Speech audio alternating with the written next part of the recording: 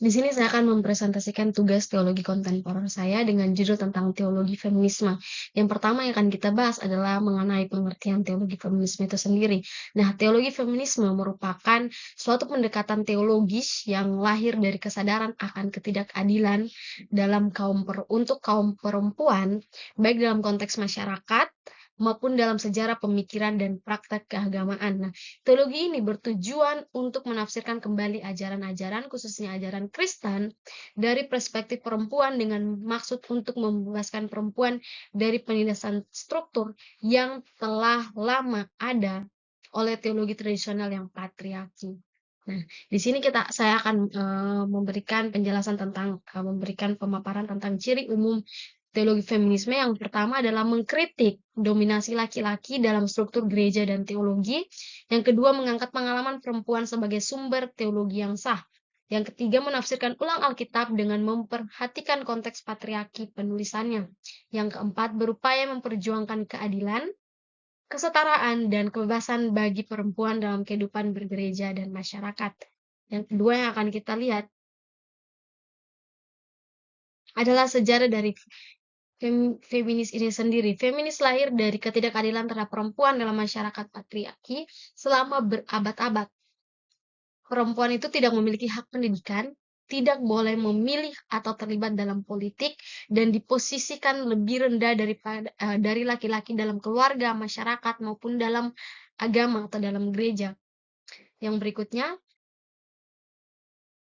di sini kita akan membahas tentang perkembangan teologi feminis dalam 4 gelombang atau 4 tahap. Yang pertama, gelombang pertama 1800 awal sampai 1900-an. Gelombang pertama ini berfokus pada hak hukum dan politik, terutama hak pilih perempuan. Gerakan ini dipelopori oleh tokoh seperti Mary Wollstonecraft yang menulis A Vindication of the Rights of Women, serta Elizabeth Cady Stanton dan Emmeline Pankhurst yang aktif memperjuangkan hak pilih di Amerika dan di Inggris. Gelombang kedua pada tahun 1950 sampai 1980-an. Gelombang ini menyoroti kesetaraan dalam bidang sosial dan ekonomi, mencakup kesempatan kerja, pendidikan, serta kontrol atas tubuh dan reproduksi. Tokoh penting dalam gelombang ini adalah Simone de Beauvoir dan dengan bukunya The Second Sex, Betty Friedan dengan The Feminine Mystique dan aktivis Gloria Steinem. Gelombang ketiga pada tahun 1990-an. Gelombang ini lebih berfokus pada keberagaman dan identitas. Gerakan ini mengkritik feminisme sebelumnya yang dianggap terlalu berpusat pada perempuan kulit putih kelas menengah. Tokohnya antara lain Bell Hooks, Judith Butler, dan Rebecca Walker yang mengangkat isu ras, kelas, orientasi seksual, dan gender sebagai bagian dari perjuangan feminis. Gelombang yang keempat di tahun 2010 bahkan sampai sekarang, gelombang ini didorong oleh media sosial dan teknologi digital. Fokus utamanya adalah pada isu kekerasan seksual, pelecehan, dan keadilan gender di ruang publik dan online. Tokohnya adalah Tarana Burke, dia adalah seorang penggagas, Emma Watson, duta kampanye He for She, dan Shimada Ngozi Adichie, penulis We Should All Be Feminist, menjadi suara penting dalam gelombang ini. Yang berikut kita akan masuk dalam ajaran atau konsep-konsep dalam teologi feminis. Yang pertama adalah konsep kristologi. Kristologi tradisional sering menampilkan Yesus dan Allah secara maskulin, memperkuat dominasi patriarki. Jadi itu adalah kristologi agama tradisional. Berikutnya adalah gambaran Yesus sebagai sosok berkuasa dan penakluk dianggap mengabaikan pengalaman perempuan dan justifikasi sistem patriarki. Penekanan pada penderitaan Kristus kadang dipakai untuk membenarkan penderitaan dan penundukan perempuan.